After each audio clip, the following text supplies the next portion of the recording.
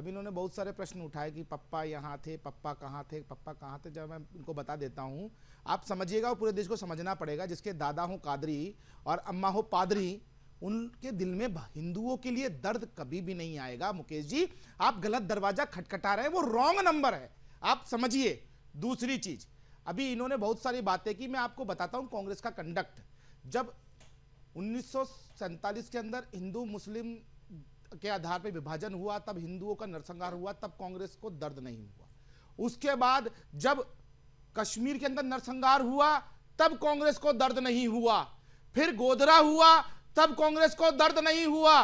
देश के अंदर हजारों दंगों में हिंदुओं की हत्याएं हुई, तब कांग्रेस को दर्द नहीं हुआ। और बंगाल के अंदर जब डायरेक्ट एक्शन डे पर हजारों हिंदुओं को काट काट कर लटका दिया था पेड़ों से और दुकानों की जो है खिड़कियों से, तब कांग्रेस को दर्द नहीं हुआ। लेकिन जैसे ही इजराइल और फिलिस्तीन का युद्ध हुआ, तो कांग्रेस की जो कार्यदर्शक मंडल है, जिसकी चेयरमैन जो पादरी मम्मी है ना, उन पादरी मम्मी के दिल से बहुत दर्द निकलने लग गया और उन्होंने फटाक से गाजा के समर्थन में और फिलिस्तीन के समर्थन में, हमास जैसे आतंकी संगठन के समर्थन में एक प्रस्ताव को पारित कर दिया।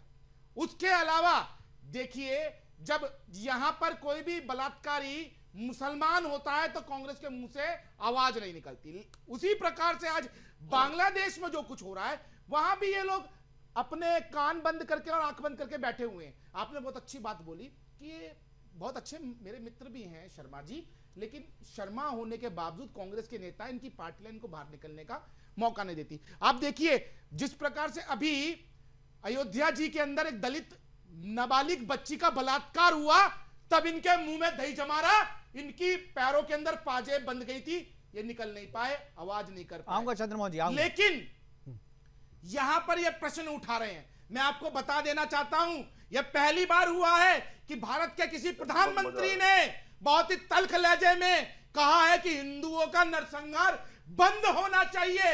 अगर इस विश्व में कहीं पे भी हिंदुओं के ऊपर हमला होगा, तो केंद्र की सरकार माननीय नरेंद्र मोदी जी नेतृत्व में उनकी रक्षा करने के लिए प्रतिबद्ध है। एक और महत्वपूर्ण बात मैं आपको बता देना चाहता हूं। देखिए, बहुत कूटनीतिक चंद्रमोहन जी, कूटनीतिक संदेश बांग्लादेश को दिया गया है कि या तो ये आप बंद कर दीजिए नरसंहार हिंदुओं का आप ये मत सोचिए कि माई बाप नहीं है, वरना 1971 दोबारा दोहराया जा सकता है। ये याद रखिएगा, दो फाड़ हम फिर कर सकते हैं बांग्लादेश के।